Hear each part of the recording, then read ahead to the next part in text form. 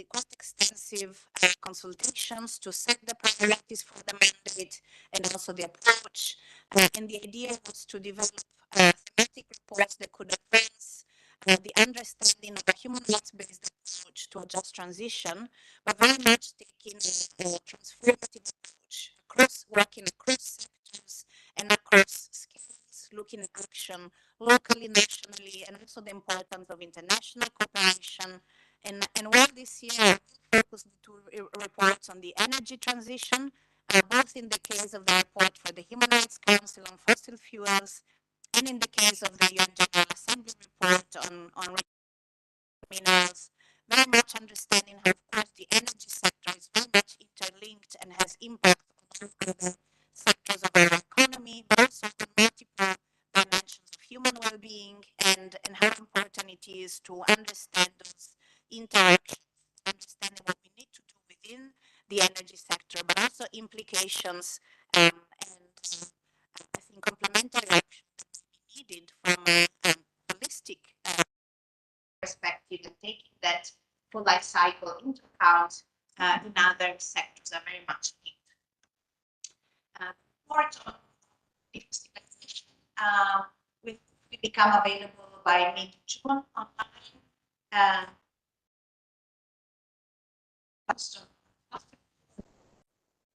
Including environmental evidence, climate justice evidence, human health evidence, extensive around the importance, the priority of moving away from fossil fuels, the means for our societies and their relationship between developed and developing countries. It also provides some general findings and recommendations that will also shape the work for the report on renewables and critical minerals, both in terms of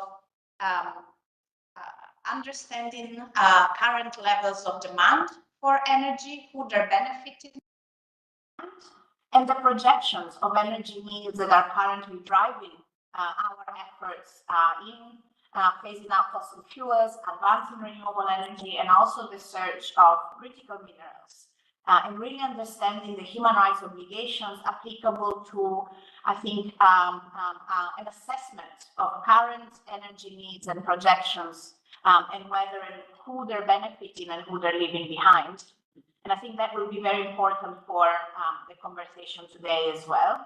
And maybe the second finding from the defossilizing report is also around the very intricate connections between continued production and use of fossil fuels in other sectors, be that plastic production, be that petrochemicals, and how that may be linked to many of the applications of renewable energy and critical minerals, and how important it is for us to be able to follow those intricate links to really understand what choices are before us, both in terms of rethinking our economies and understanding again who are they benefiting and who are they leaving behind, but also what cost for all of us, for humanity today and in the immediate future, these choices entail. And I think very often those costs, those risks that are very much existential, are very much hidden in the details of how the economic systems and models work, the interdependencies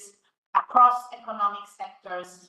And it is essential to look at those economic sectors, I think, afresh on the basis of as integrated and evidence-based as I could bring together, through the support of so many states, international organizations, civil society organizations, indigenous knowledge holders, and many others who I think have submitted for both reports record number of submissions. In both cases, we received well over 100 submissions, and I would just very much like to acknowledge the depth of and the quality of those submissions in terms of research, in terms of bringing together understandings of lived experiences, of analysis of the economics, of the human rights impacts, of the health evidence, and hopefully those submissions are there for other UN agencies, for other partners, for states and researchers to advance the thinking and the understanding beyond my reports.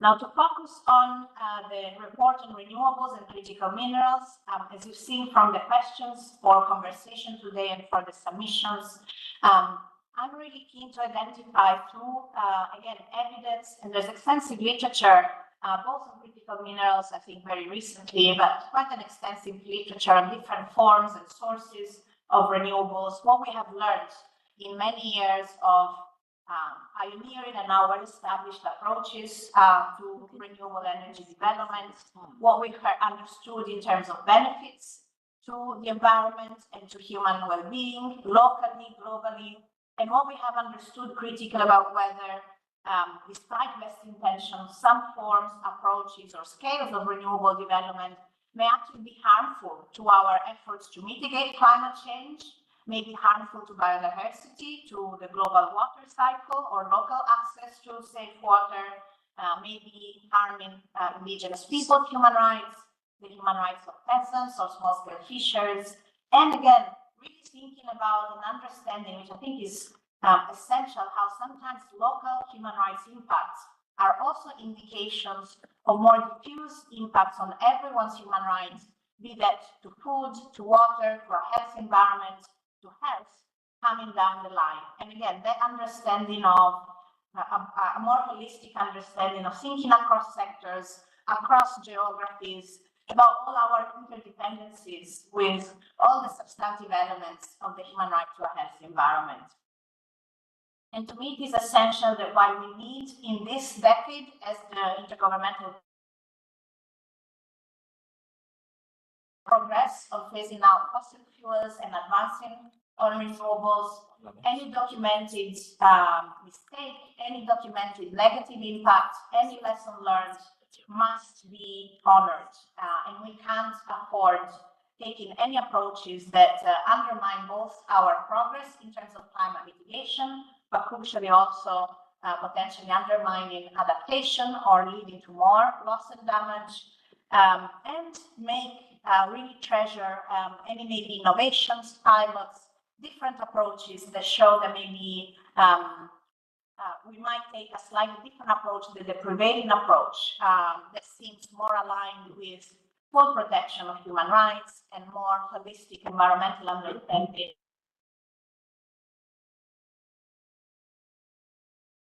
Of course, as in all my other reports, I'm very interested in understanding both land-based progress on renewable as well as progress in terms of marine renewables and interconnections between land based actions.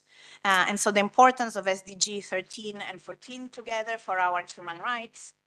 And very much thinking about the obligations of developed states, not only to advance and be very much leading on these efforts in light of their historical and current responsibilities in terms of causing climate change, but also in terms of then sharing their latest lessons learned, the most advanced approaches with developing countries and very much supporting them in leapfrogging into renewable energy.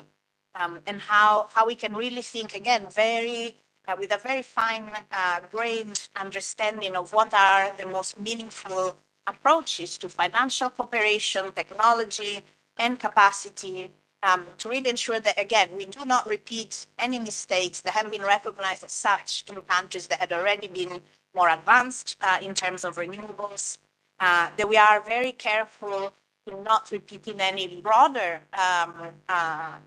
extractive practices that we see in other sectors and have documented risks of leading human rights violations and further damage to the environment in the context of renewables.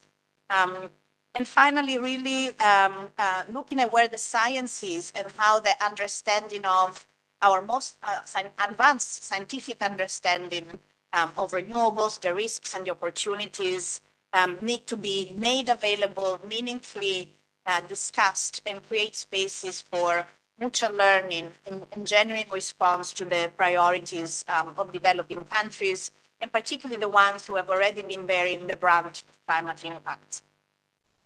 So I won't go much further than just to confirm that as for my previous work, I'm I'm paying a lot of attention to complementarity with other important pieces of work, either the Office of the High Commissioner for Human Rights or colleagues in the special procedures are undertaking, where many of us are preparing work that's very relevant for COP30 and beyond. And so just to mention that I'm in conversation with the Special Rapporteur on the right to water, preparing a report on the energy-water nexus, and of course with the Special Rapporteur on the human right to a healthy environment, who's working on a report on environmental impact assessments, the strategic environmental assessment, and I already know that there's areas of mutual learning and complementarity there, as well as a broader contribution to this year's work from the Office of the High Commissioner on just transition, conceptualizing and understanding just transition as to a human rights-based approach. I think I can stop there, and I really very much look forward to contribution, sharing of understanding, questions and concerns you may have, and thank you in advance for being here and being part of this important dialogue.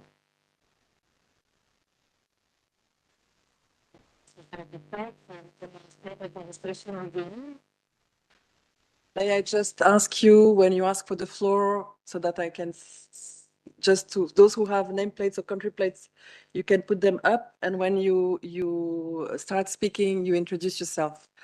And we have a colleague here from the United Nations Economic Commission for Europe who has offered to kick off the conversation. So I'm first turning to Ms. Chiara Giamberardini, who is a senior economic officer with the United Nations Economic Commission for Europe. Chiara, you have the floor. Good morning. Thank you for organizing today's expert conversation. I work in the Sustainable Energy Division of the United Nations Economic Commission for Europe, one of the 5 UN regional commissions, and I'm joined today by colleagues from the Environment Division. I would like to emphasize here the role of multilateral and international cooperation in addressing the global challenges of achieving the Sustainable Development Goals and tackling climate change, all while respecting human rights.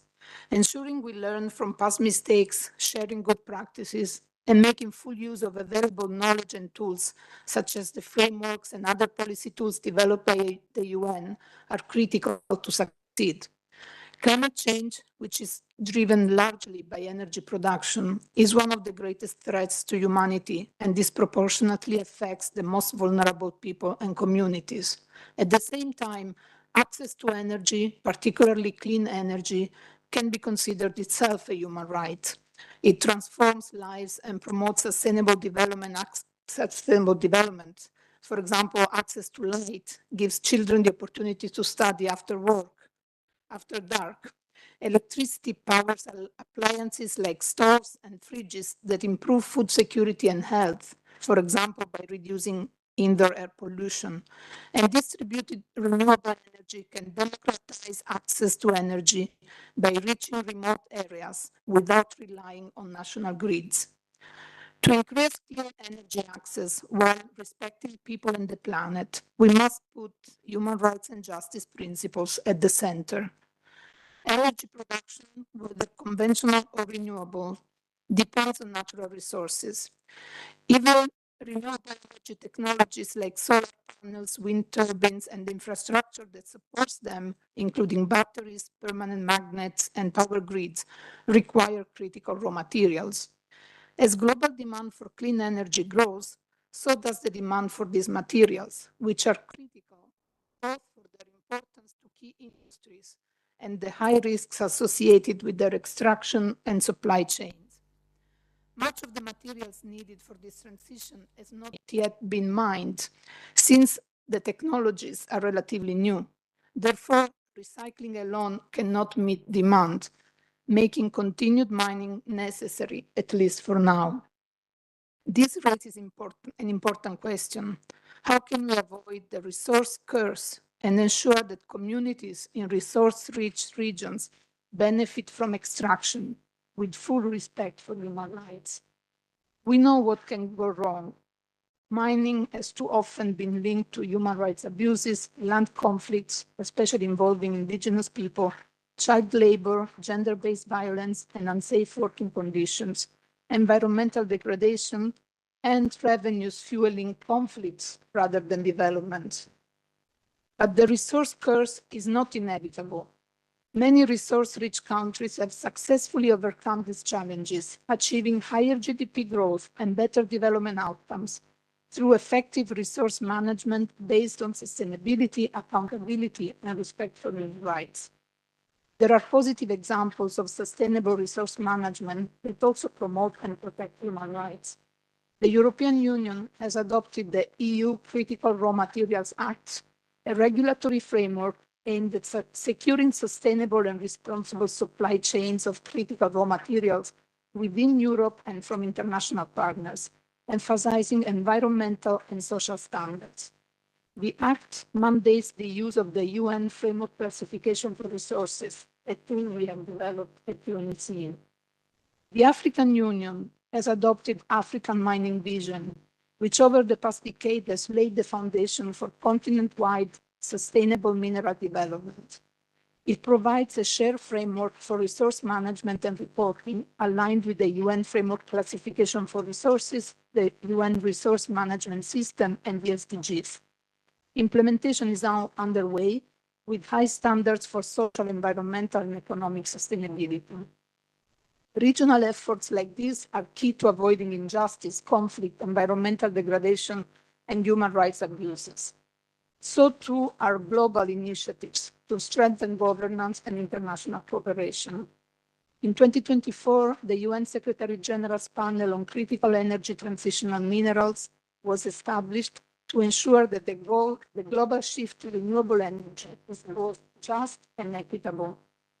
The panel's 7 guiding principles include a strong emphasis on human rights across the entire mineral value chains. The implementation of the panel's principles and actionable recommendation will be fundamental for justice and equity of the transition.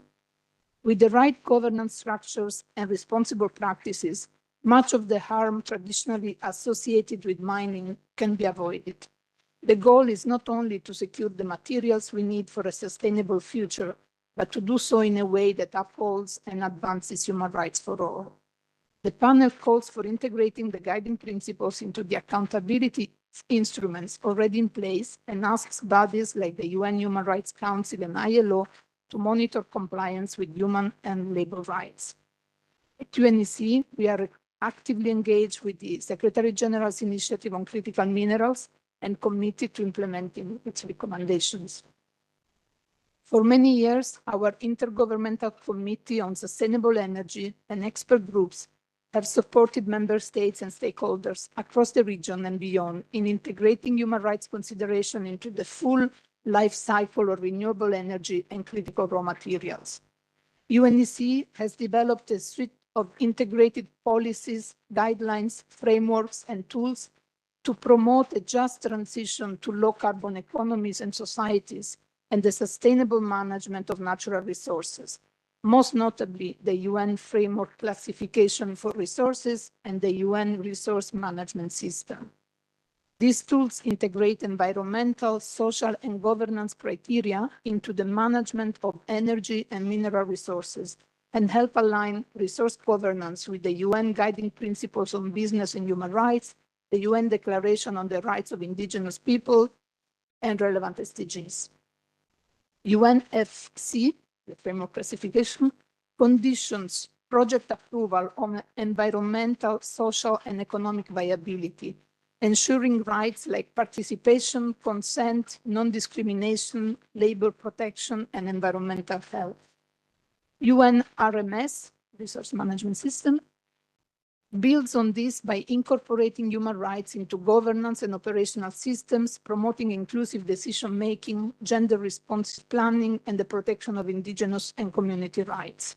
They emphasize the rights of indigenous peoples and local communities across the resource project lifecycle, operationalizing free, prior, and informed consent and calling for recognition of customary land tenure system, integration of indigenous knowledge in environmental and technical assessment, and ongoing participation through inclusive governance platforms.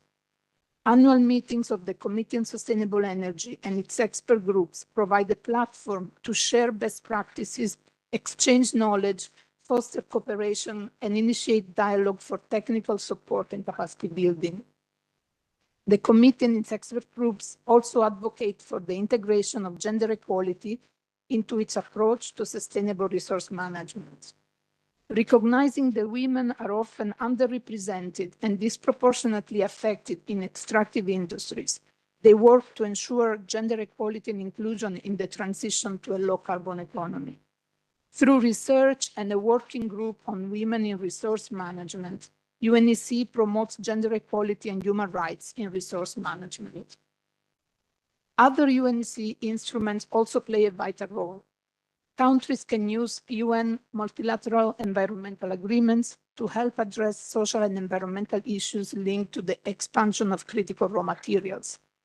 UNEC hosts the Aarhus Convention, which promotes access to information, public participation in decision-making, and access to justice in environmental matters, including mining.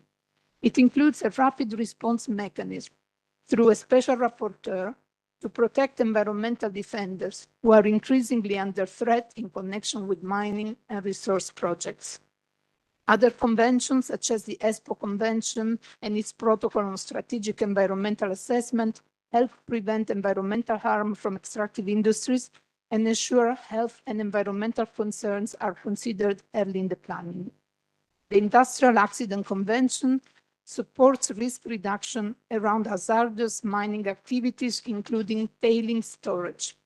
In particular, a new work stream on the industrial safety of the energy transition was initiated last year under this convention to assess new hazards and risks linked to decarbonization efforts and develop tools to support government manage these risks effectively. While not human rights treaties per se, these frameworks are key to protect human health, the environment, and our safety, and ensure the realization of related human rights. Finally, UNEC is leading a collaborative and inclusive process to develop guiding principles for a just transition aligned with guidelines from international organizations such as the ILO and OHCHR, focused on the needs of the energy transition sector. These principles are being discussed at regional, sub-regional, national, and local levels to explore their application across different contexts.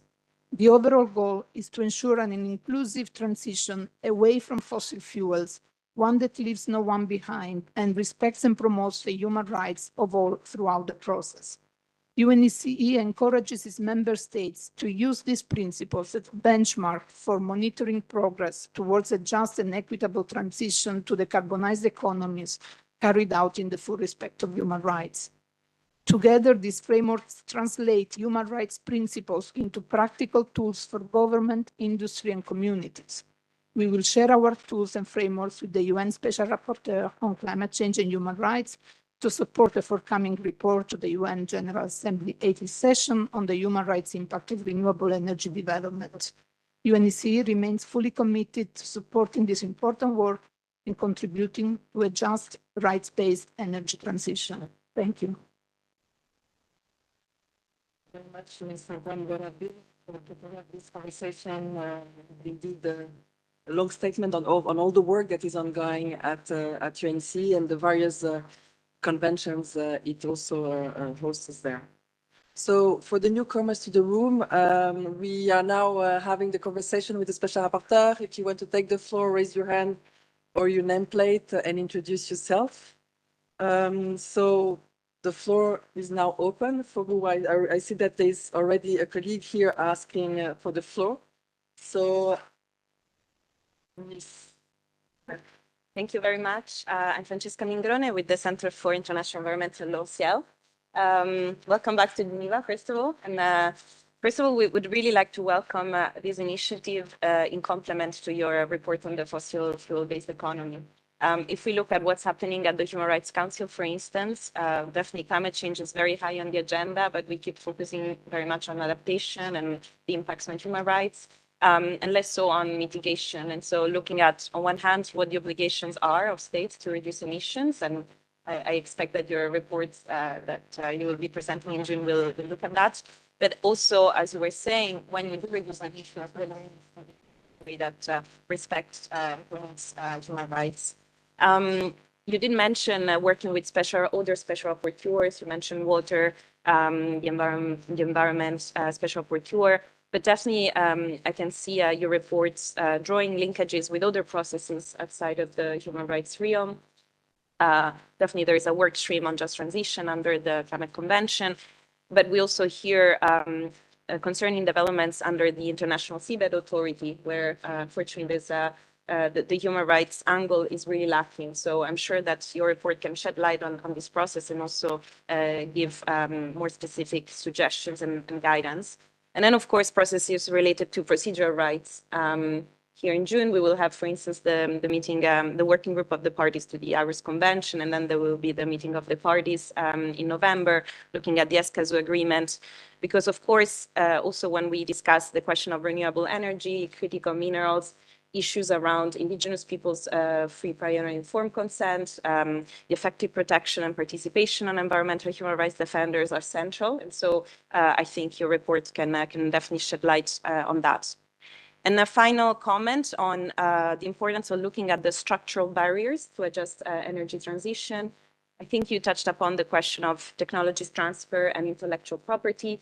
But looking, for instance, at the existing international investment regime, we see that mechanisms like investor-state dispute settlement, ISDS, really are a structural barrier to an effective transition.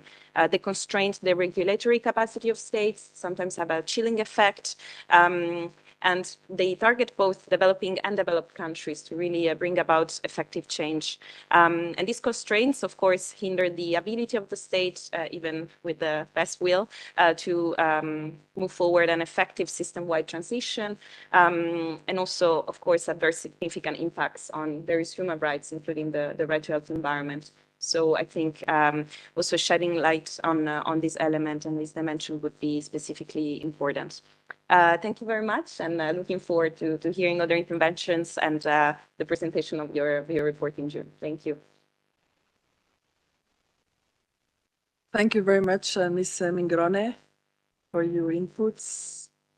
Looking at the room, people are still shy. We have here a few questions that we could, no, I see a hand there. So if you could please introduce yourself. Thank you very much. Thank you very much. My name is Shweta Narayan, and I am with the Global Climate and Health Alliance. And I really appreciate this opportunity to speak here. And I'm really grateful that this really important consultation is underway. As we accelerate the transition to renewable energy, we face a defining question. Will we replicate the harms of the fossil fuel era, or will we build a truly just and healthy future? The demand for critical minerals is growing rapidly, and while it's essential to decarbonization, these resources are not inherently clean or just. And without enforceable safeguards, the extraction risks deepening the same injustices and inequities that we are trying to leave behind. Exploitation, displacement, environmental degradation, and widespread health harms across the value chain, particularly in the global south. This is the moment not just to act, but to reflect. Existing mechanisms have failed to prevent extractive abuses in the past. Voluntary principles and weak accountability frameworks have allowed harm to continue unchecked. We do not need new mechanisms layered on top of the broken ones. We need to address the structural underlying issues, the lack of binding corporate accountability, the marginalization of communities, and the prioritization of profits over people. So therefore, a just transition requires enforceable human rights and environmental protection, health-centered, rights-based impact assessments, and implementation of recommendations, and full respect for Indigenous peoples' free, prior, and informed consent, and a life cycle approach that upholds the right to health, land, water, and dignity. The renewable energy transition must not become the next frontier of harm. We must build a transition that is not only low carbon, but truly just and transformative. This is our chance to correct the past mistakes and not repeat them. Let's not miss it. Thank you so much. Thank you very much. I see that the United Arab Emirates have also requested the floor. You have the floor. Yes, good morning. And thank you, Madam Chair, for giving us the chance to share our insights today. On behalf of the United Arab Emirates, I wish to extend our appreciation to the UN Special Rapporteur on the promotion and protection of human rights in the context of climate change, and also the Geneva Environment Network for organizing this timely and important expert conversation. The UAE aligns itself with the principles outlined in the United Nations Framework Convention on Climate Change, particularly the principle of equity and common but differentiated responsibilities and respective capabilities in the light of different national circumstances. We recognize that renewable energy and the extraction and use of critical minerals are indispensable pillars of the global transition to a low carbon economy. However, it is imperative that the transition be just, inclusive, and respectful of human rights throughout the entire life cycle of these technologies. As a nation that has made sustainable investments in renewable energy both domestically and internationally, the UAE has consistently prioritized sustainability, innovation, and inclusivity. We are home to the International Renewable Energy Agency, IRENA, and have launched multiple initiatives to support clean energy transitions in developing countries, including through the UAE Caribbean Renewable Energy Fund and the UAE Pacific Partnership Fund.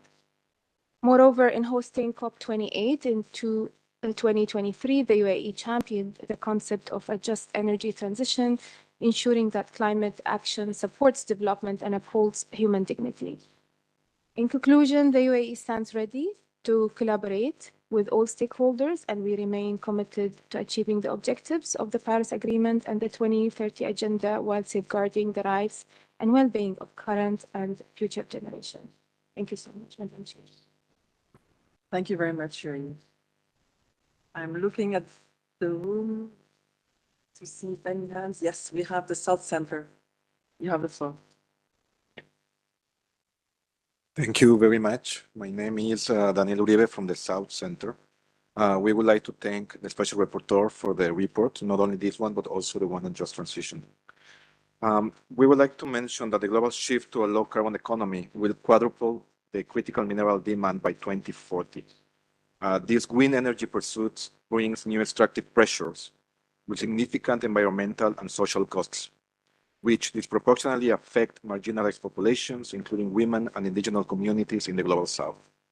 A key barrier to protecting human rights, as has been evidenced, is investor-state dispute settlement mechanism, commonly found in international investment agreements. These mechanisms empower corporations and private investors to challenge legitimate state regulations designed to protect the environment or ensure a just energy transition, if these measures potentially impact private interests. This can lead to a regulatory chill, where states may delay or abandon necessary environmental and social regulations to avoid costly arbitration. This has been evidenced in developed and developing countries together. The system disproportionately impacts countries in the global south and undermines the pursuit of ethically sourced minerals and truly just transition. Furthermore, intense geopolitical competition for resource capture can pressure countries into accepting unfavorable investment terms, including weaker environmental and social standards, fostering a race to the bottom. Corporations often prioritize profit and rapid resource acquisition over human rights, limiting rights due diligence, which is frequently being superficial or just a mere checklist. Multinational corporations may utilize complex subcontracting arrangements and benefit from informal labor markets, thereby distancing themselves from accountability. The situation fuels green extractivism, where mineral extraction for green technologies replicates those negative patterns like land concentration and community displacement, historically associated with other fossil fuel extraction. Addressing these barriers will require urgent reform of international investment agreements, possibly limiting ISDS mechanisms to align them with human rights obligations and climate change commitments. For developing countries, a just transition must safeguard livelihoods, protect vulnerable communities, ensure universal access to clean energy, and uphold the rights of local communities. Discussions on critical mineral governance need to consider economic diversification, social dialogue, transparency, and corporate responsibility for human rights, and access to remedies for victims. Achieving a sustainable framework will require international cooperation on finance, technology transfer, and capacity building. Developing countries need support for local value addition, moving beyond the export of raw materials and including adaptation of technology. The global response must integrate social justice and human rights through a holistic, right-based approach, ensuring local and indigenous communities share in the benefits from their resources, and requesting both states and corporations to invest in responsible sourcing and fundamentally promoting the demand for sustainable primary extraction. Thank you very much. Thank you very much, South Center. Looking at the room. Madam Special Rapporteur, do you want to react at this stage? And then I follow up with some of the questions that we have prepared. Yeah, thank you so much already for the very rich conversation and very important issues, I think, to reflect upon.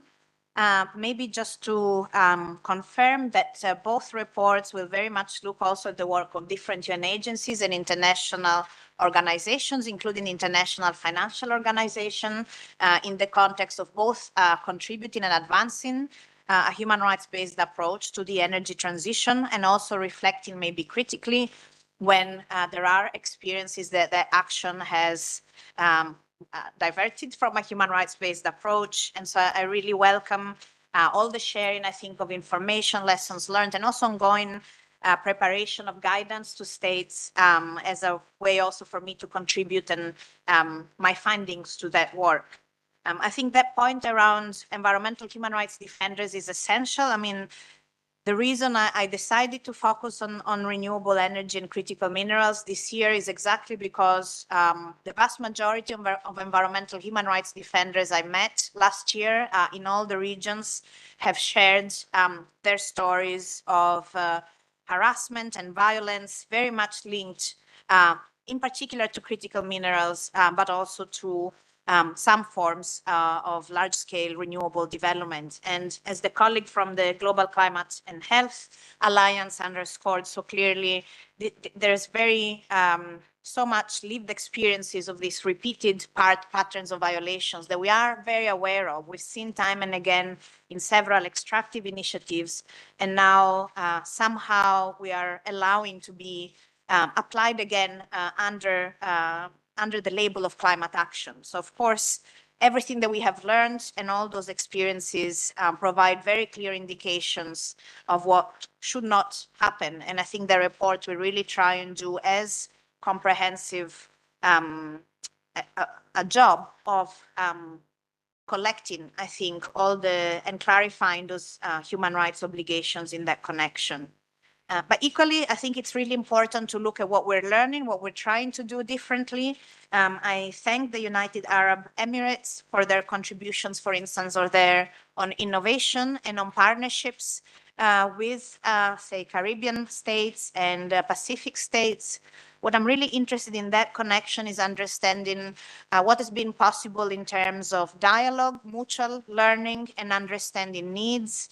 The point that the colleague from the South Center made around the importance of financial and technological cooperation, to me, really has to do with listening and understanding the needs, and maybe moving from a tendency towards technology development and transfer towards technology co-development. And I think that general space of co-development of solutions for climate across the global north and the global south, but also across different knowledge systems, indigenous science, local knowledge, as well as areas of expertise in academia, is I think, essential for us to develop together that human rights-based approach to renewables.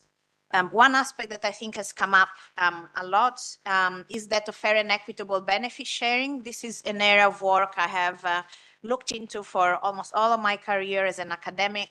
And I think there are very important aspects of international human rights law that maybe haven't yet received enough attention, both in terms of clarifying the principle of equity, which we find in the climate regime, but also we find across all international law, how it applies and what it means in the more specific context of relationships between developed and developing countries, and what it means once we move to the very specific context of financial support, capacity, and including in terms of international investment law, for instance, as well as fair and equitable sharing of benefits with indigenous peoples, with local communities, and with humanity in terms of the global benefits that we are expecting arising from that transition towards renewables. So I'm very keen to both, again, very much collect all the things that have gone wrong so that we are all clear about what should not be replicated, but equally maybe creating a basis for dialogue and more deeper engagement around some of the sources of international human rights law that can give, I think, clearer legal shape to equity and fair and equitable benefit sharing in particular in this context. On ISDS, I would just like to mention that already the fossil fuel report will have some specific discussion of the evidence, of course, building on work that already the previous special rapporteur on the human right to a healthy environment made. A lot of advances have been made across the research community and civil society.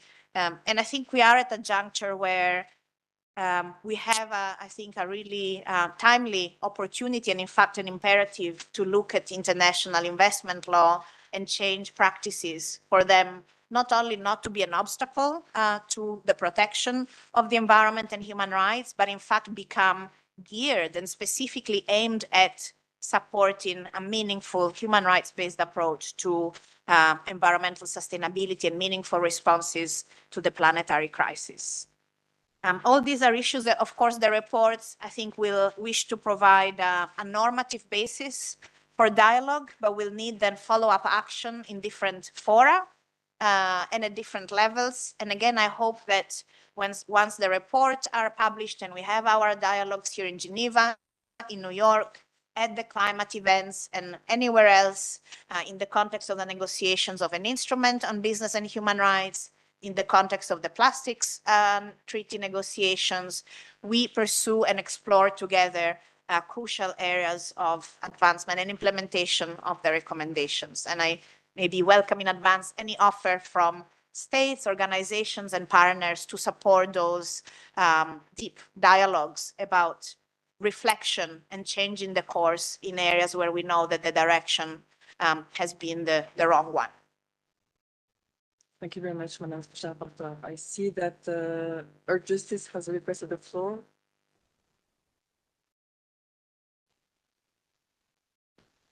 Thank you very much for giving me the floor.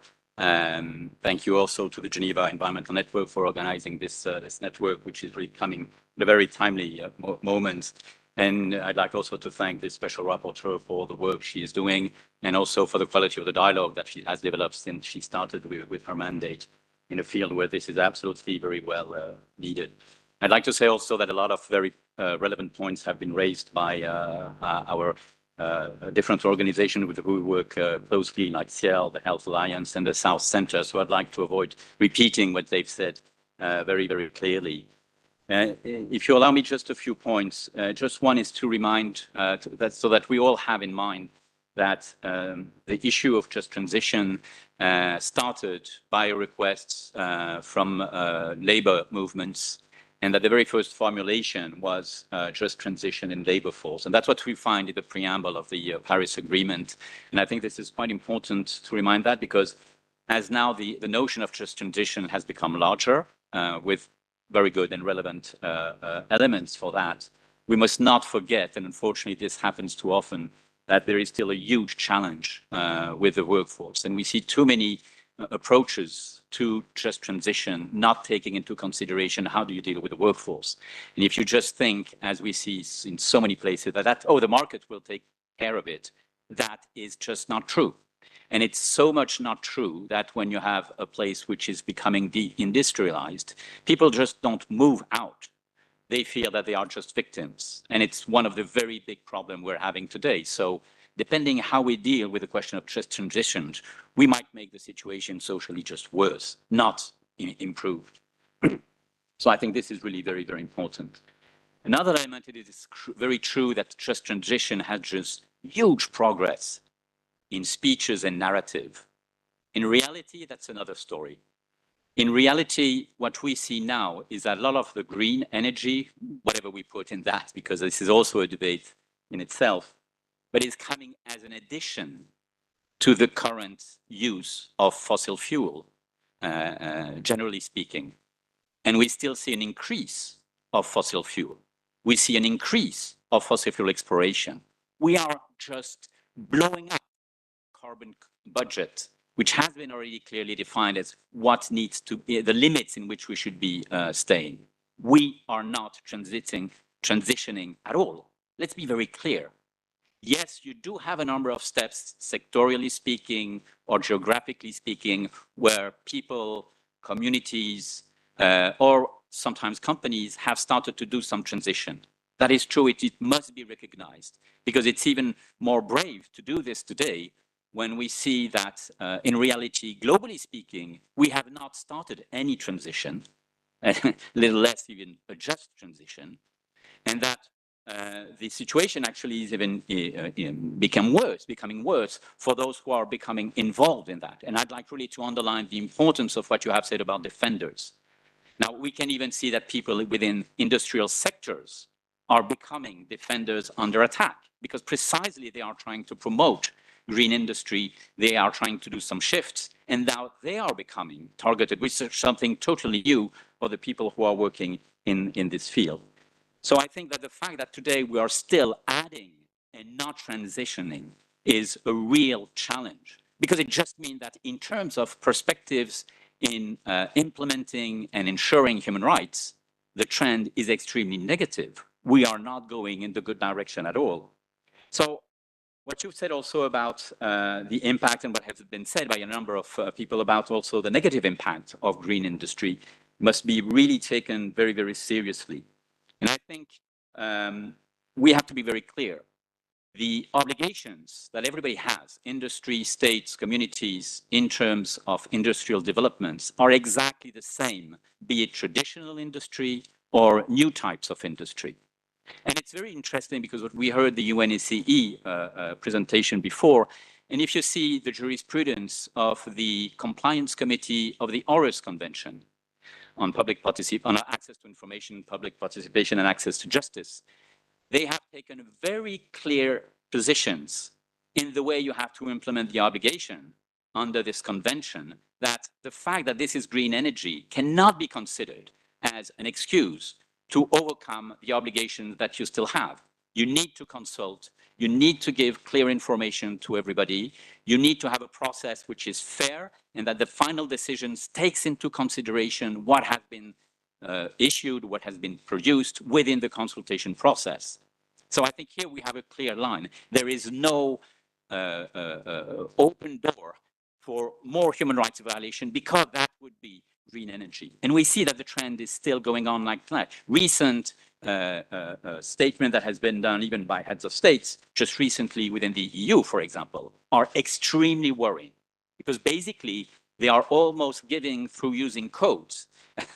I'm thinking of a very specific speech now, where someone has just used the codes of a directive, saying that this should be now forgotten. When in that directive, you have the issue of child labor, you have the issue of fair labor conditions, and of course, you have also environmental issues. So this is extremely worrying, and we have to be very clear about that. Probably, and I'll finish on that, I think one of the elements, and I was wondering how you intend to deal with that in your reports, is that the difference when we deal with the new energies and the old terrible energies which are bringing us to crash is probably how do we contextualize them. Because of course, fossil fuel energy has a longer effect in terms of human rights violation, which again is not an excuse not to be considered correctly when we look at the green energy. But of course, the impact where the fossil fuel is leading us to is just absolutely huge. So when we do comparison, when we have to make these choices about energy transition and new developments, we have to contextualize that and see, and that's why the human rights approach is so important, because we can see that if we deal correctly with the new energies, we can minimize the negative impacts. There will be negative impacts. Let's be very clear about that, but we can minimize it. But that fossil fuel industry, the way we are exploiting them today, are just going to increase human rights violations and get us in a situation where we might not even be in a possibility, in a position to just repair, beyond repair. This is where it's leading us to. So these type of differences between the way we consider these different type of energies is probably extremely important. And a final question, how do you think to deal, because this is an issue that was already tackled by the Special Rapporteur on the toxics and human rights in his reports on decarbonization and how you need to avoid toxifying decarbonization, because basically that means just not resolving the issue, but shifting an issue to another problem. And also, how do you link the type of work, discussion you're developing now with what is being done under UNFCCC? Thank you very much. Thank you very much, Mr. Lador. While we will now let the Special Rapporteur reply to your question, I will kindly ask my colleagues to put on the screen some questions that were to help frame the discussion. So hoping that this will help more interventions from the room. You have the floor. Yeah, no, thank you so much for this very rich contribution to our conversation.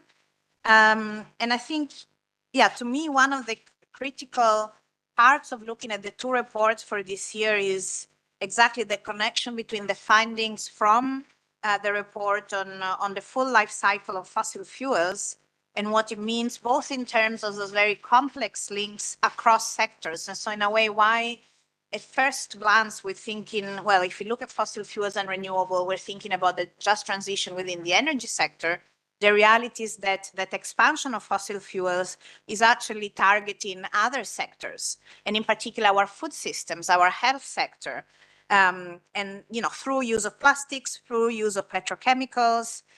Meanwhile, both those, let's say, newer uses or more diffuse uses and the traditional extraction and use of fossil fuels for energy purposes are leaving behind what is very clearly intergenerational harm, both to the environment and to human health. And again, I find that the health evidence that has been brought to my attention is so helpful to fully understand that long-term is actually intergenerational. And in particular, I think the health evidence related to impacts on children's health through their life course is something that really helps us to think in terms of kind of transgenerational as opposed to protection of present and future generation. That scientific evidence really help us understand how not yet born children are already being affected by the production and use of plastics in our life, how children existing today will be affected 5 years down the line, 10 years down the line.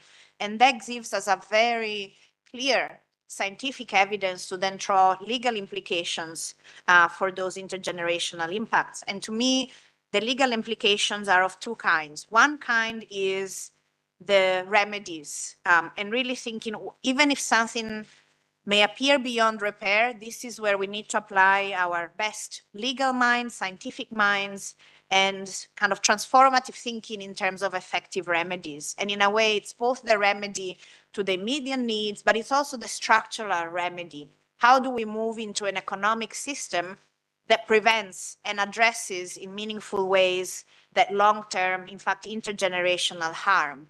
And to me, that very much rests on thinking about and focusing on social, cultural, and ecological restoration.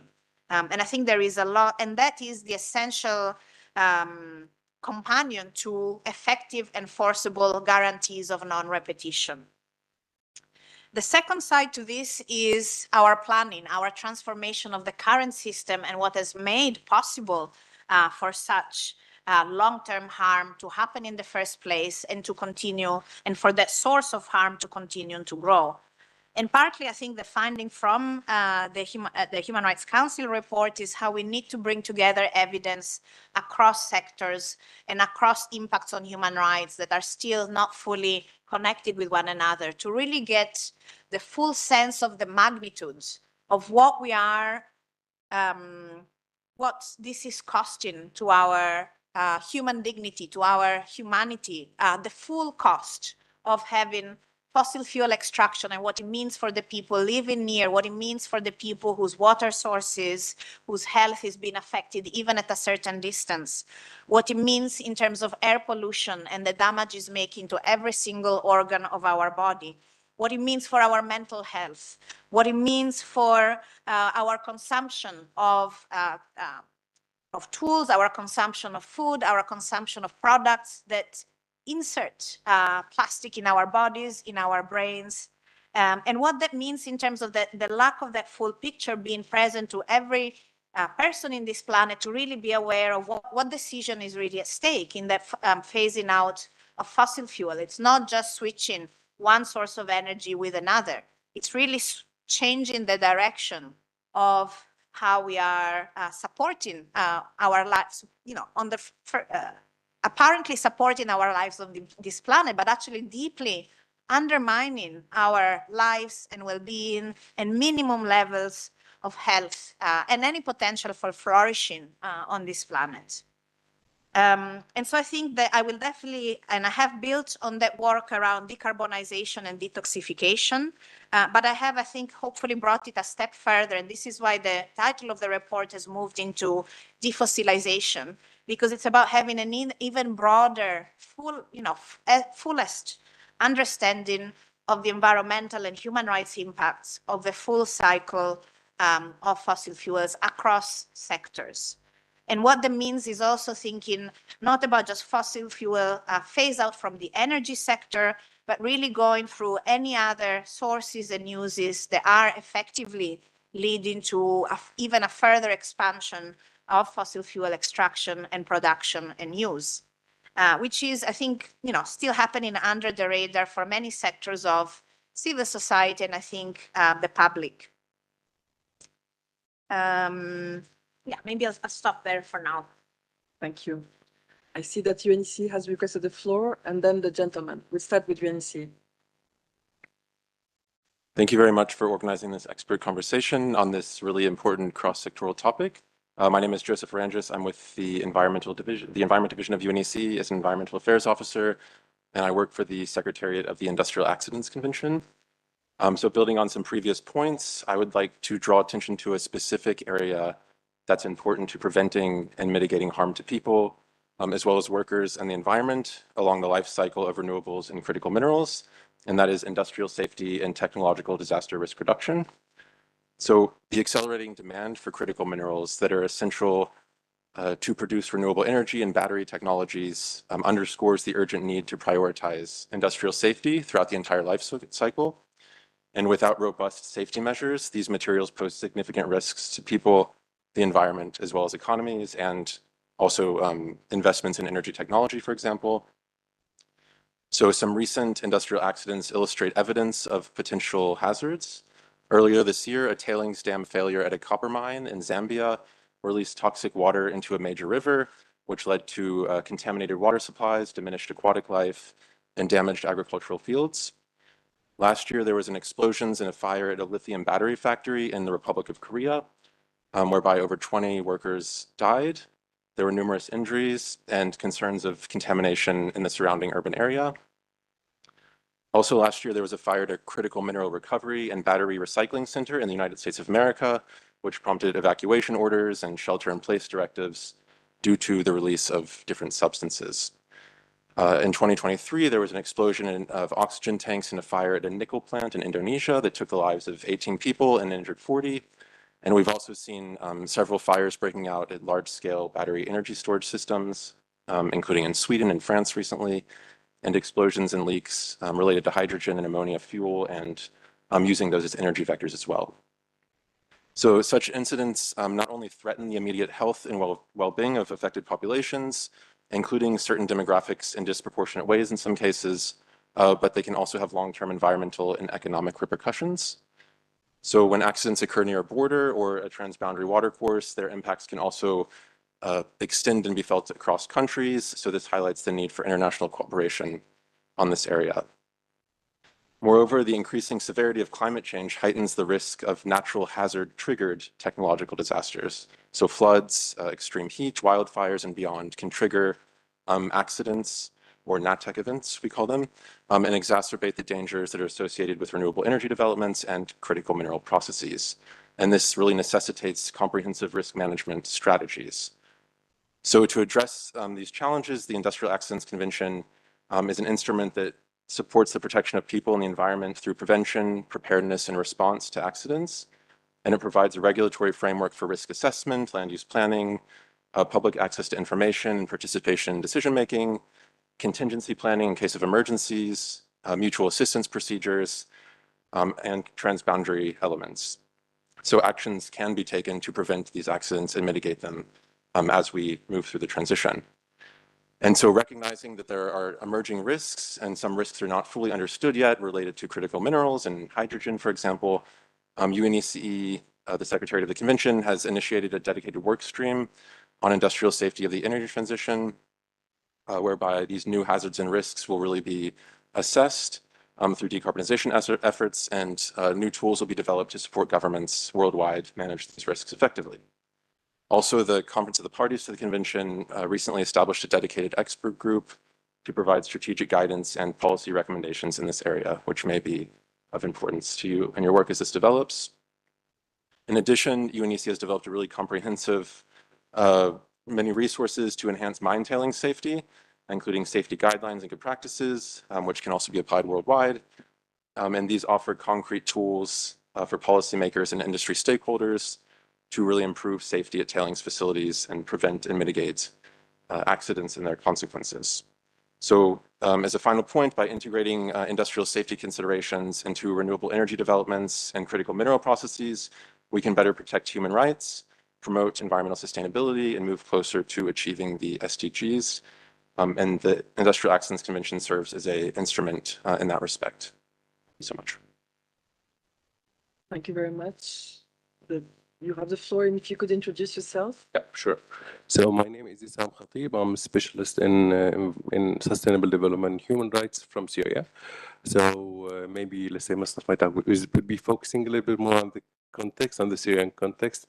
So during the last, I would say, 40 years, maybe, like say, the country has been, let's say, facing a lot of climate change problems, starting from the drought to forest, wild, and the forest damages.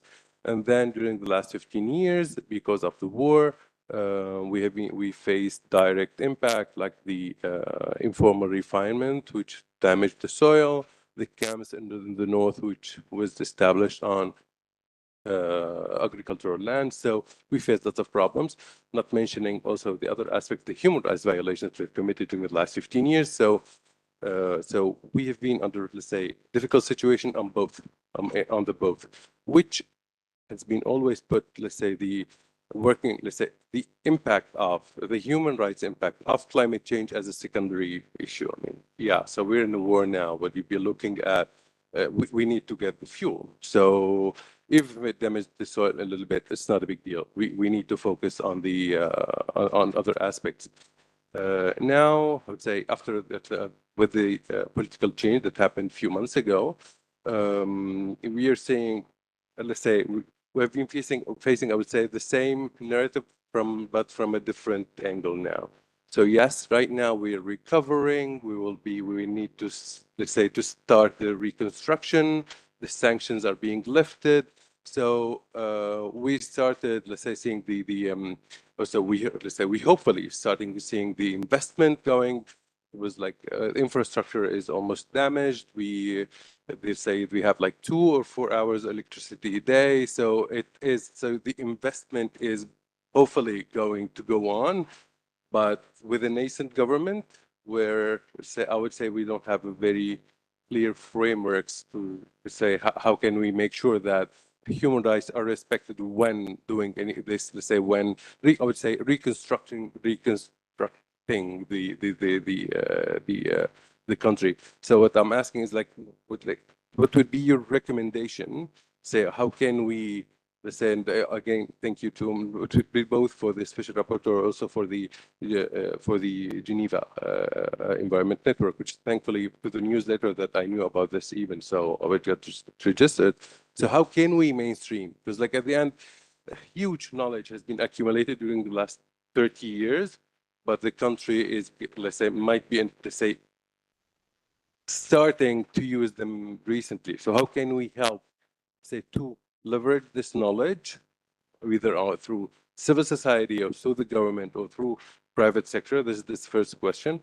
So the second is, so as I said, like our energy mix is almost nothing. So like we have like few hours of electricity a day. Now the country is again, they say the industries are reopening in the north, in Aleppo, for example, which means lots of, say, huge electricity needs. So let's say we have a new country established.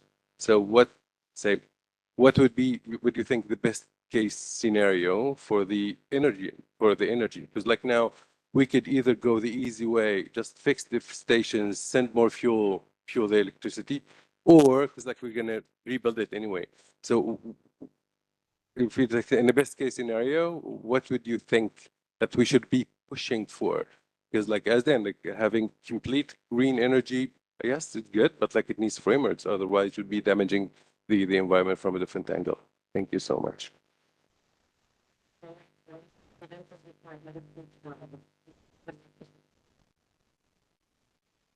Thank you so much. Now, just to welcome the contribution from the colleague from UNC, and that aspect of accidents is really crucial. Partly because it was surprising, I guess, to me, but the number of and severity of accidents, both in the fossil fuel sector as well as in the renewable sector, is still very significant. And I guess the two additional considerations, I mean, one has come up from the contribution, the impacts of climate change on energy structures. And in fact, the degree of vulnerability of many energy-related infrastructure to climate change, including sea level rise, in and of themselves create heightened concerns for accidents.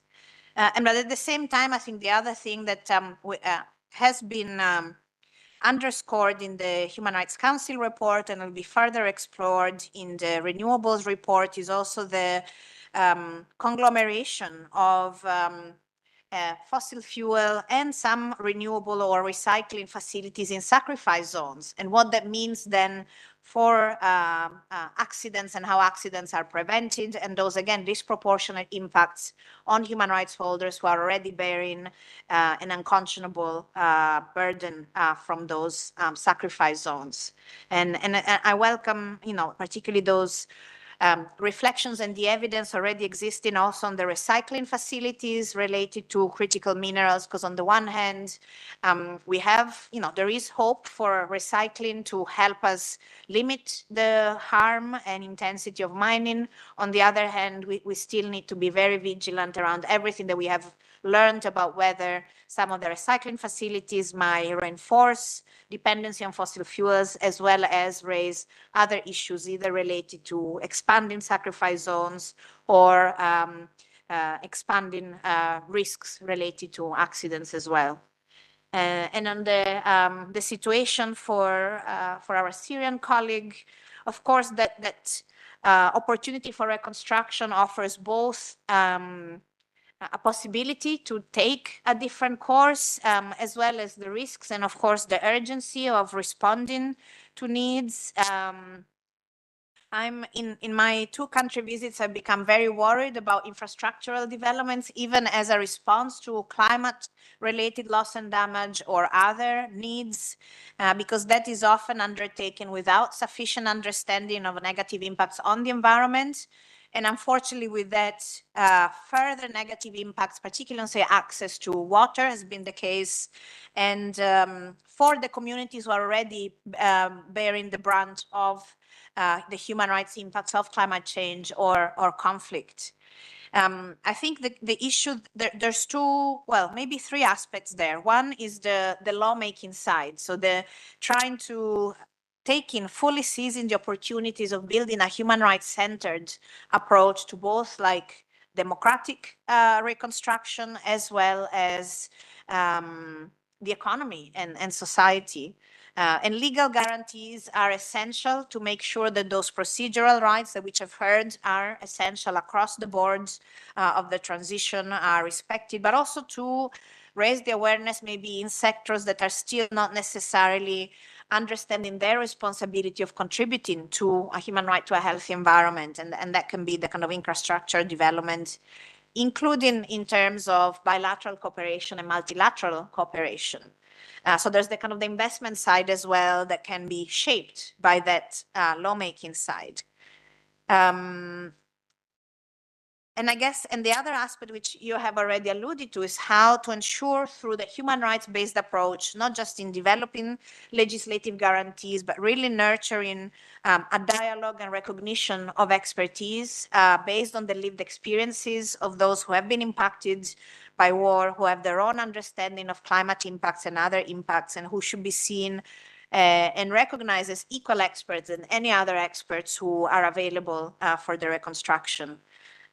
So these are some ideas, but of course, but I think there is a role for the nascent government. There is a role for any bilateral and multilateral partners. They're each having their own responsibility. There is a role for the financial actors and the private companies who are there. Thank you. You have the floor. Don't forget to introduce yourself. Thank you. Thank you. I'm Thelma Hallin. I work with the Intergovernmental Forum on Mining, Minerals, Metals, and Sustainable Development.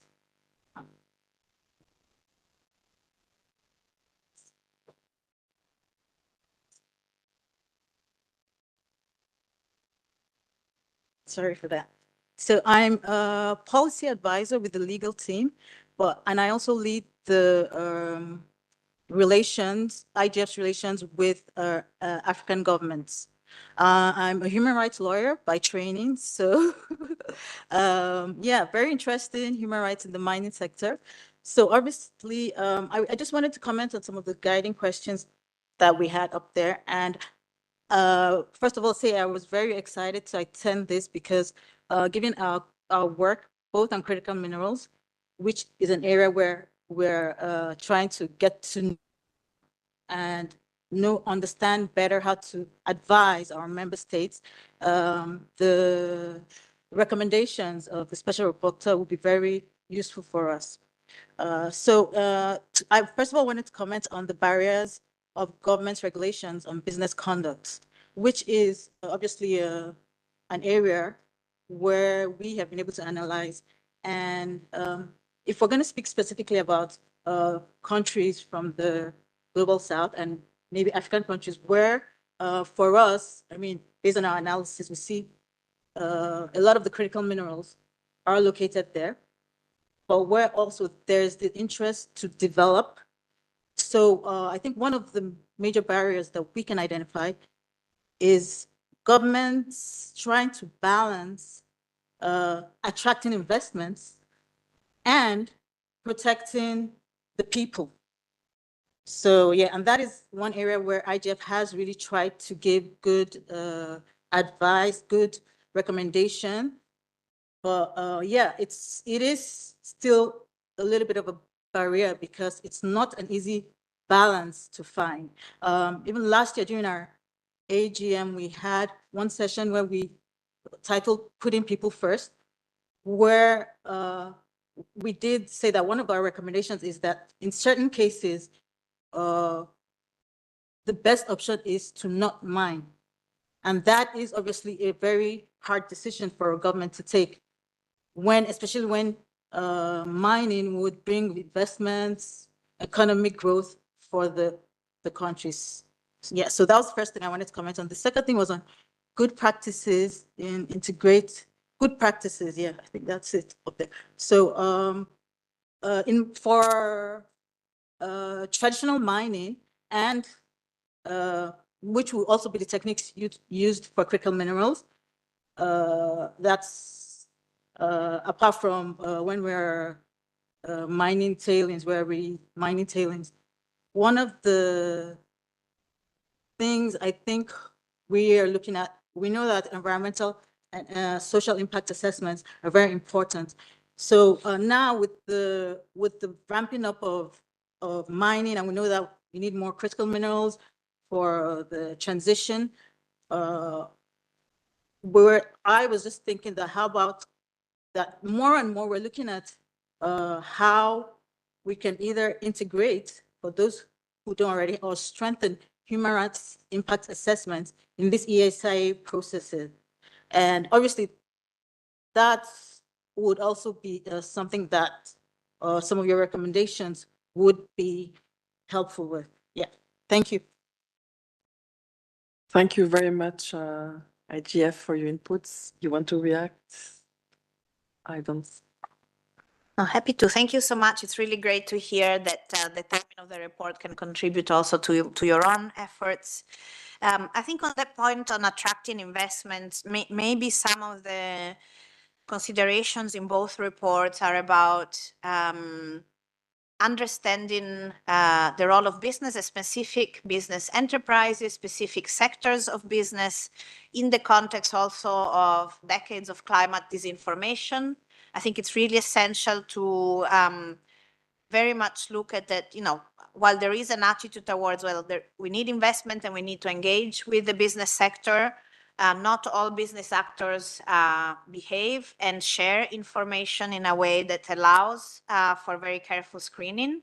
And so I think it is really important to rely on other independent sources to understand the role of specific potential investors, what have been their contributions to human rights abuses in the past, what have been their track record, but also their contributions to generally misinforming the public and governments and public authorities around what is at stake in the context of particular operations. There will be several recommendations for the business, not just the business involved in energy, but also many other areas of business that contribute to shaping our understanding of who are trustworthy partners and who are not. And so I'm thinking about the advertising industry. I'm thinking about also the research community, their obligations to help address that the long-term impacts, I think, of climate disinformation that I think make that choice of selection of responsible investment more difficult for public authorities and for the general public and civil society to be aware of. Environmental and social impact assessments, there is definitely a lot that can be improved there. We have plenty of lessons learned, including, as Yves was saying, also jurisprudence from different regional and international human rights bodies. The Special Rapporteur on the Human Right to a Healthy Environment will have a full thematic report on that. And I think for my part, what I'm really interested in, particularly in the question of critical minerals, is relying on my earlier work on fair and equitable benefit sharing. And why am I mentioning this? Because usually we think about a linear process. There's an environmental and social impact assessments that inform a process for seeking free, prior, informed consent if indigenous peoples and their territories are concerned, or other forms of public consent for other activities, and then a reflection, well, what benefits are we producing and how they're going to be shared. But in fact, to me, this is rather a cycle. And so it is really at the level of assessments that we need to ask ourselves, not just about potential risks and harm, but what kind of benefits and according to whom are there benefits for this initiative? And this is very much where I think everything can change in terms of understanding whose knowledge, again, can be relevant to really make any mining operation environmentally sustainable, socially meaningful, culturally grounded, and really also looking not at the immediate damage mitigation, but really thinking about why are we doing this and who's going to ultimately benefit, both in terms of the proximity to the site, but also in terms of national and transboundary benefits. And of course, very often those critical mining involves foreign investors, involves also foreign bilateral donors or international donors.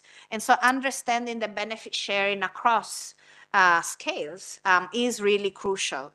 And making it a space where the knowledge and the methodologies of Indigenous peoples, of other experts, where we bring together health evidence, biodiversity evidence, water evidence, so that that process becomes our truly not just limiting damage that we know will happen in one way or other, but the most holistically environmental and human rights responsible approach. So that needs to happen at the impact assessment and in fact strategic environmental assessments stage. Thank you. I see that the Russian Federation has a request of the floor. You have the floor. Thank you for recognizing me. I didn't bring my nameplate.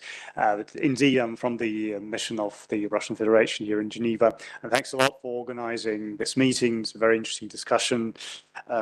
I wanted to highlight another aspect.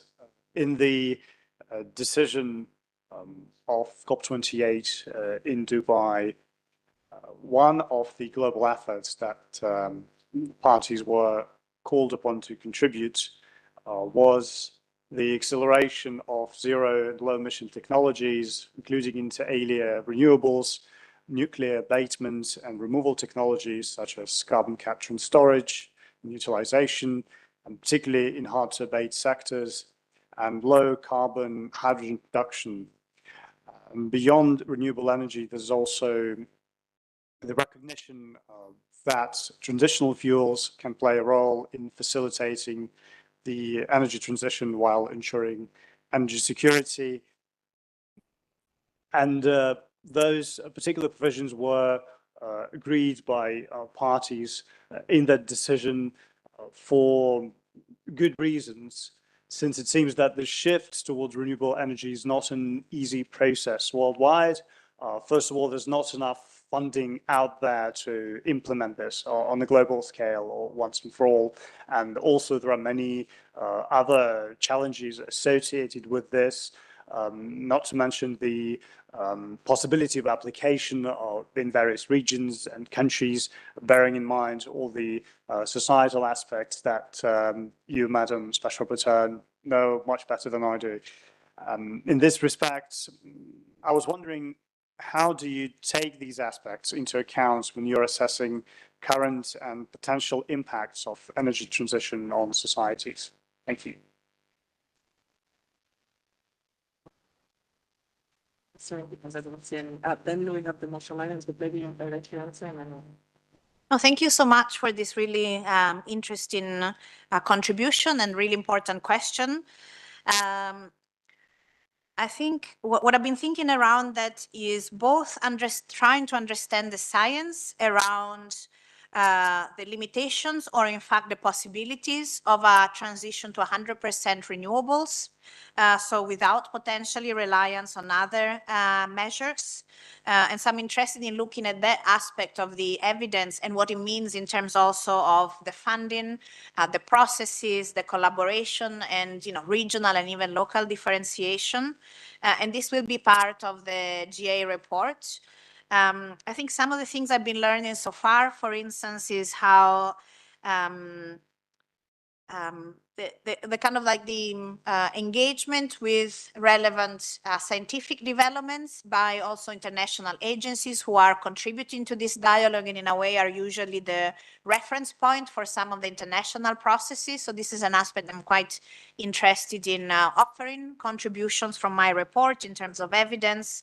And then, of course, looking at the funding, one thing that will already be explored in the Human Rights Council report and hopefully can be advanced in the UN General Assembly report is maybe, again, thinking about funding not just within the energy sector, but having a much broader understanding of where available funding may be.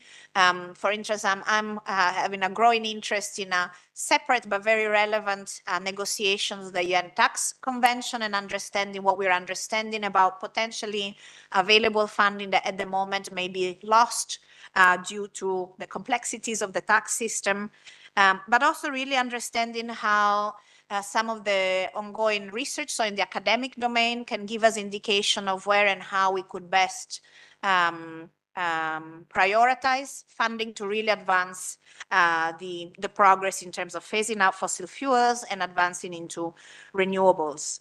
What I'm realizing with the very significant constraints in terms of word count and time preparation for the reports is that probably I will not be able to do as thorough a job into looking at those other technologies that you mentioned and that were mentioned in the Dubai decision. But I fully understand how important it is to provide also a comprehensive understanding of the science, the economics, and the human rights norms that are relevant in that context. And so what I would like to do is maybe next year, in one of my thematic reports, take a deep dive into that as part of a broader consideration of, let's call them climate technologies. And so making sure I can complement, but not squeeze that into this report and rather, have a fully devoted thematic report building on the work that I'm able to do this year. Thank you. The Marshall Islands, you have the floor. Thank you, and thank you, Madam Special Rapporteur. I'd like to join my colleagues in welcoming you back to Geneva and thanking you for your consultations. The Marshall Islands wants to express great support for your proposal to bring forward this report and to thank you for the detail that you provided here today. As ever, we find that your approach is one that's both methodical but also deeply thoughtful, and we really appreciate that, and thank you for it. We have a larger question for you, which is, how do you plan to keep in mind the big picture, as you've stated many times yourself, that there are many people in the world whose human rights continue to be threatened materially by each month, year we fail to make the energy transition at speed? And how do we together ensure that the important and very real recommendations that you're making are not taken as an excuse to delay the energy transition, but indeed become measures that can maximise the benefits of this transition and indeed secure the social licence required for it to move at speed? I'd welcome your thoughts on that. Thanks. Thank you, Marshall Islands. I'll let you. Yes, no, thank you so much for that bigger picture question. It is there in everything I do, and I think it's kind of a zooming in, zooming out, and thinking about who are the reports talking to, and who do we need to make decisions that can help us progress on the bigger picture in the context of a reality where climate action is very much addressed in very minute details and separate agenda items, often with I think significant difficulty for every expert to understand the contribution to the bigger picture. And so I think that there's value in paradoxically trying to do both, to delve into the details and to have very specific understandings and messaging and recommendations for those working on specific items of climate action, but equally justifying and drawing the attention of those who are focused on those very specific aspects to the systemic changes, the systemic causes, and the transformation, the transformative change that we need. And so understanding how every part, although it might have to be implemented in a much more constrained and detailed approach, is part of the broader whole and needs to have as much of a comprehension of what that part means for the global whole, both in terms of advancing or potentially delaying action. and I think at the end of the day, I think that those who are much more aware of the bigger picture might not be the people who do the day-to-day work that we need for the big picture to change. And so it's really important to have that, I think, understanding of and kind of building of bridges maybe between those working at that very fine level detail of decision making and those understanding and arguing for the transformative change. So and within that, I think in a context where not only our own systems of governance across the board, but that's very much a vivid concern for climate action, are very much all structured in that fragmented, siloed way. And that's also true for our knowledge production structures.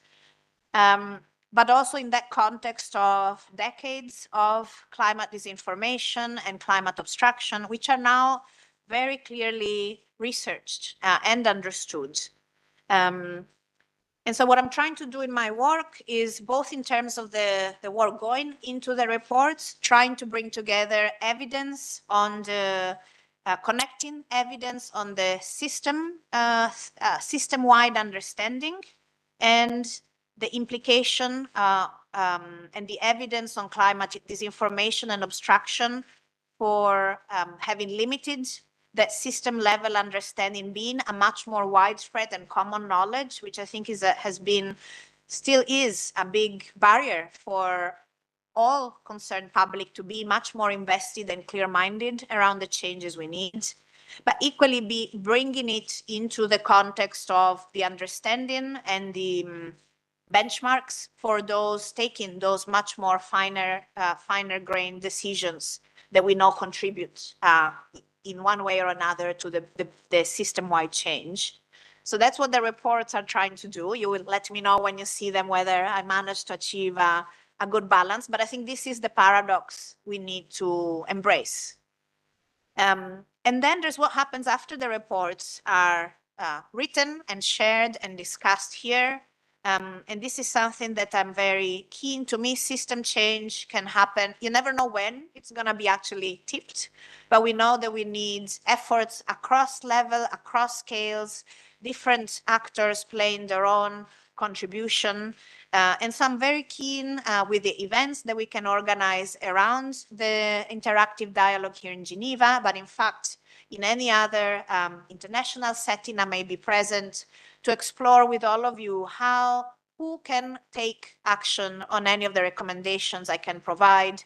Let's discuss together where we see that already there's been meaningful change advanced by one UN agency or another, where we see need for different actors to combine efforts, where we see a change of directions.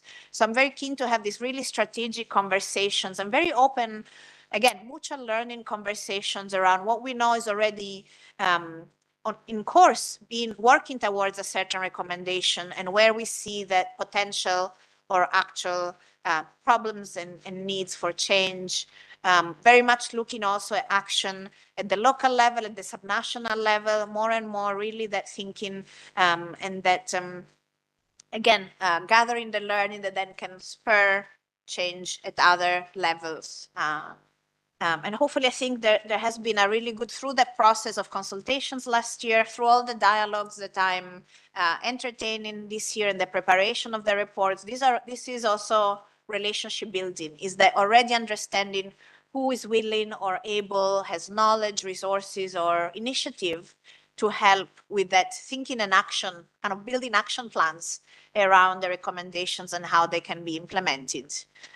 So I think that that's, again, in my own research and practices in transformation science and practices, the relationship building and that creating spaces for us to come together, reflect, and imagine ways in which we can follow up in different ways to those recommendations is very much how I see the mandate, part and parcel of the mandate, and hopefully a contribution of system change in itself. Thank you, Madam Special Rapporteur. And indeed, next month when you are back in Geneva, there will be various talks, side events to the Human Rights Council discussing your upcoming reports and also past reports that are relevant to the discussion we will have.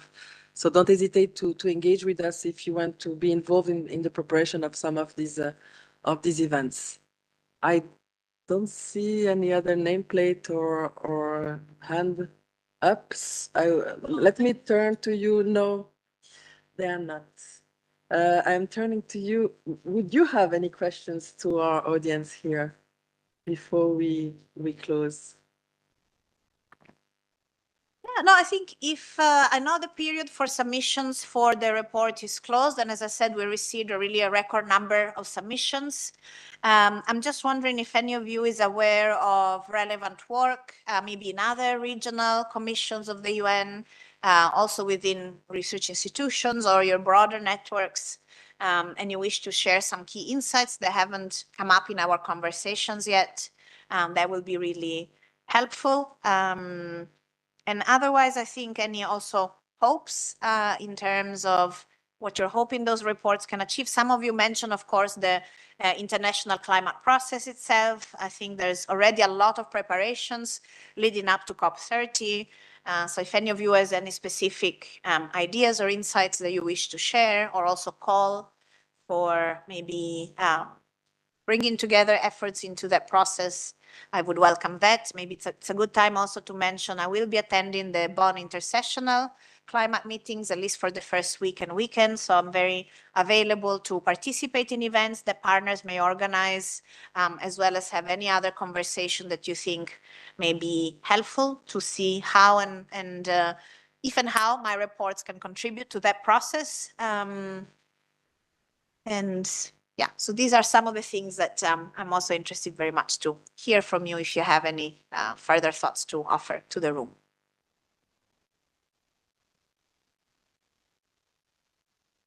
Let's look at the room. Maybe who we could identify this room is your team supporting you, so that colleagues know who they can reach out to in the coming days and months. Frédéric Bourque, maybe you can stand up so that people see you, because I cannot see the people at the end of the room. So Frédéric is co-supporting, and is Christelle also in the room? No. Okay, so Christelle is also supporting the Special Rapporteur. So any questions you would have, comments, suggestions you would like to share, Frédéric and Christelle, who is not with us today, are the two key people to reach out to the Special Rapporteur. And maybe, sorry, just to add also in terms of the process for preparing the report, I've already had support from partner organizations to organize virtual consultations with unions from different regions. Soon there is one actually coming up tomorrow early from the Asia Pacific region in terms of organizations and civil society. And I'm hoping to have, well, two are in preparations also for the Latin American region and the African region. Also, UNDP has supported a consultation with their experts working on critical minerals. So there'll be many other dialogues still contributing to the preparation of the report. And I would just like to acknowledge and thank all the partners that have made this possible. And just mention that I'm always just an email away if there are any conversations or events you may be organizing where you think it'll be good for me either to listen in or contribute to the conversation. As I think any conversation matters, and any conversation helps to shift a system, even if it might not appear to be so. So I'm very much available to hear from you at any point if you think there's that opportunity. Thank you very much, Madam Special Rapporteur. I think with this, we can close the session. As you understood, the Special Rapporteur is very approachable and her team always available if you have any questions. And we look forward to meet you at some of these consultations for those who would be interested in joining. Otherwise, you are back in Geneva in June for the Human Rights Council. And as I mentioned before, you will be engaging in many events during that period. So there will be many opportunities for everybody here to join these events. Thank you. I think we can applaud because we can see all the work and energy that you are putting into your mandate.